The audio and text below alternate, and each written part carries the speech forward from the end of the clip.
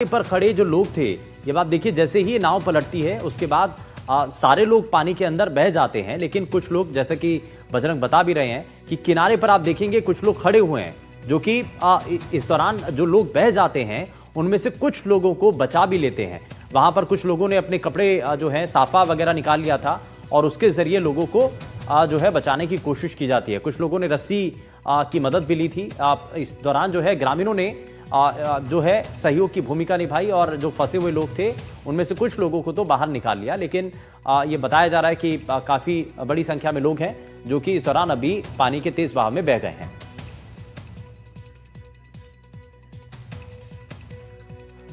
और इस बीच हमारे साथ मंत्री किरोड़ी लाल मीणा हमारे साथ जुड़ गए हैं और हमारे सहयोगी सुशांत जो कि उनके साथ में मौजूद हैं। सुशांत, जरा बातचीत कीजिए।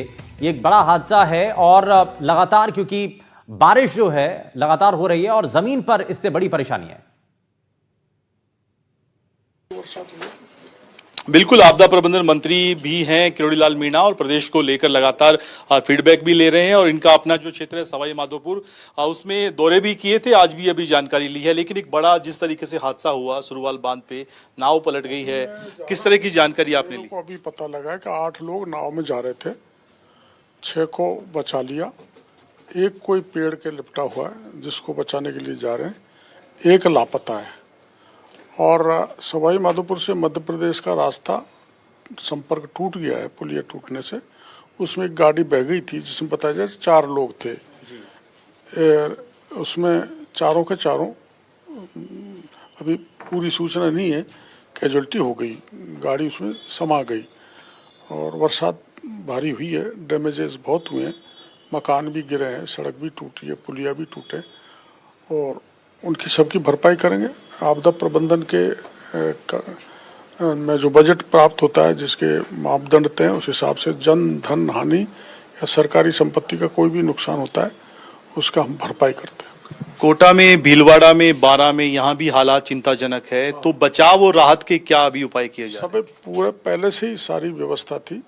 कहीं कटाव होता है तो कट्टे लगा दो, कहीं मेडिकल सर्विस होती है तो 108 एक्टिव है, डॉक्टर की टीम एक्टिव है, प्रशासन चुस्त दुरुस्त है, सिविल डिफेंस के लोग भी हैं, एसडीआरएफ एनडीआरएफ के लोग भी तैनात हैं।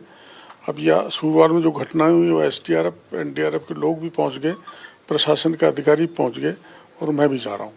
आपकी बात हुई है लोकल अधिकारियों से भी? मेरी कलेक्टर से ही बात हुई है। कलेक्टर साहब को फोन आया था कि साहब 8 थे, उसमें से 6 को सुरक्षित निकाल लिया, एक और निकाल लेंगे, एक का पता नहीं लग रहा। तो कुछ राहत पैकेज जो अभी लोग नहीं मिल पाए उनको तलाश करने की दिशा में अभी क्या कदम उठाए जाए? सिविल डिफेंस और एसडीआरएफ की टीम लगी हुई है, उसमें खंडार में भी और सूरवाल में भी। एक मंत्री जी, आपने किसानों के लिए जो लगातार आप कोशिश कर रहे थे, फाइनली अब एक कमेटी का गठन आप कर रहे हैं जो पूरा एक ओवरऑल रिपोर्ट आपको देगी और उसके बाद फिर कानून में संशोधन और बदलाव की जो कवायद चल रही है उस दिशा में फैसला लिया जाएगा। कौन सा कानून?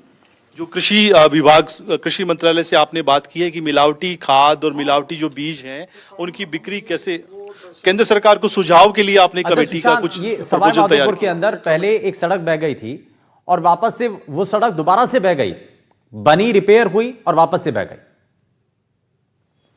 नकली खाद, नकली बीज, नकली पेस्टिसाइड हमने पकड़ा है, उस पर सख्त कानून बनाए। अभी तक एफसीओ है तो एफसीओ में हमको कोर्ट में जाना पड़ता है, प्राइवेट इस्तिगासा करनी पड़ती है, तब वो थाने पे दर्ज होता है।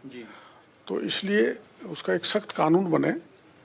अभी 3 दिन परसों में शिवराज जी से मिला था, उनके यहाँ सोयाबीन में पेस्टिसाइड डाल दिया तो सारा सोयाबीन जल गया। उन्होंने खुद ने जाके देखा खेतों में मध्य प्रदेश में, फिर उन्होंने मेरे को फ़ोन भी किया और पत्र भी लिखा, उसका हमने लाइसेंस निरस्त कर दिया।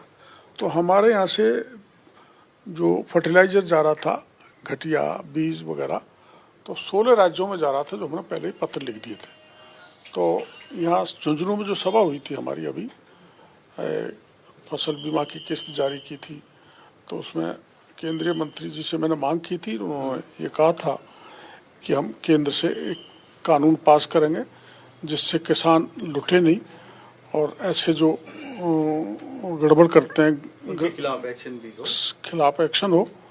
लेकिन अभी मंत्री जी एक सवाल स्टूडियो से पूछा जा रहा है कि अभी एक सड़क जो बही है अभी बारिश में, वो पहले भी टूट चुकी थी, तो क्या घटिया निर्माण सामग्री का उपयोग किया जा रहा है? नहीं, ऐसा है वो पुलिया थी, पुलिया में कई वो हैं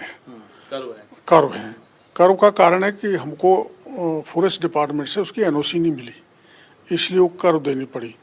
सीधी बनाने के लिए केंद्रीय पर्यावरण मंत्रालय को पत्र लिख रखा है, क्योंकि वह सेंचुरी आप जानते हो, तो वो पहली बारिश में टूट गई। तो स्थायी पुलिया तो बन नहीं सकती थी, तो उसको भर के मोल्टेबल बनाया था, इसलिए वो फिर टूट गई क्योंकि बरसात ज़्यादा हो गई। तो अभी क्या उस रास्ते को खोलने के लिए क्या कब तक जो है प्रयास किए जा रहे हैं, कब तक रास्ता तैयार हो सकेगा, कुछ ऐसी जानकारी? अभी तो पानी चल रहा है, क्योंकि पानी कम होगा तो उसमें वही जो पहले गिट्टी मिट्टी ऐसा जो डाला था, पोर्टेबल बनाया था मोल्टेबल, वैसा कुछ दिन शायद कल परसों तक की स्थिति बनेगी। अभी तो बंद है पूरी तरह से मध्य अच्छा प्रदेश का सुशांत, मार्ग। जिन इलाकों में पानी ज्यादा बढ़ चुका है वहां पर सेना को भी बुलाया गया है, सेना की भी मदद ली जा रही है। मैं बिल्कुल पूछ लेता हूं, सेना को बुलाने की कोई जानकारी अभी तक सामने आई है इन इलाकों में? नहीं, अभी तक सेना को नहीं बुलाया गया है। वही जो है पहले से जो टुकड़ियां लगी हुई हैं, कुछ RSC की है, मेरे समझ में एक पोस्ट वहाँ सेना की पहले से वही है, एक्स्ट्रा कोई नहीं बुलाया। अभी आवश्यकता महसूस नहीं हो रही है? महसूस होगी तो बुला लेंगे। बिल्कुल शुभेंदु, जिस तरह से पूरी तस्वीर हम दिखा रहे हैं दर्शकों को, और किरोड़ीलाल मीणा जी भी निकलेंगे, इलाके का दौरा करेंगे, और हालांकि बैठक के जरिए इन्होंने तमाम जो राहत और बचाव कार्य के लिए जरूरी कदम उठाए जाने हैं उनके लिए अधिकारियों को निर्देशित कर दिया है। बहुत शुक्रिया सुशांत, आप जुड़े और मंत्री जी से बातचीत की। और इसमें सबसे महत्वपूर्ण बात ये, क्योंकि जो अभी सुरवाल बांध की हम तस्वीरें दिखा रहे थे, जहां पर 8 लोग बह गए थे, नाव पलटी थी, 8 लोग बह गए थे, उसमें से मंत्री जी बता रहे हैं कि 6 लोगों को बचा लिया गया है। एक शख्स जो कि अभी पेड़ के सहारे पर वो फंसा हुआ है, उसको भी जल्द से जल्द रेस्क्यू कर लिया जाएगा, जबकि एक शख्स के बारे में अभी कोई जानकारी नहीं मिल पा रही है। तो ये नाव पलटने का हादसा हुआ, 8 से 10 लोग इसमें बताए जा रहे थे, तो कुल मिलाकर के 8 लोग थे जो कि नाव में सवार थे। ये इसको लेकर के मंत्री किरोड़ीलाल मीणा की तरफ से बयान दिया गया है, और उन्होंने ये साफ किया है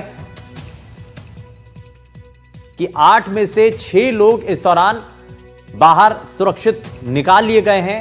एक शख्स जो कि अभी पेड़ पर फंसा हुआ है, उसको बाहर निकालने के लिए रेस्क्यू ऑपरेशन किया जा रहा है, जबकि एक शख्स के बारे में कोई जानकारी नहीं मिल पाई है, जिसके लिए रेस्क्यू ऑपरेशन अब आगे चलाया जाएगा। वहीं दूसरी तरफ कई ऐसे इलाके हैं जिनको लेकर के जानकारी मिल रही है कि जहां ज्यादा बाढ़ प्रभावित इलाके हैं, वहां पर सेना को भी अलर्ट कर दिया गया है, और जरूरत पड़ी तो वापस से सेना को बुलाया भी जाएगा।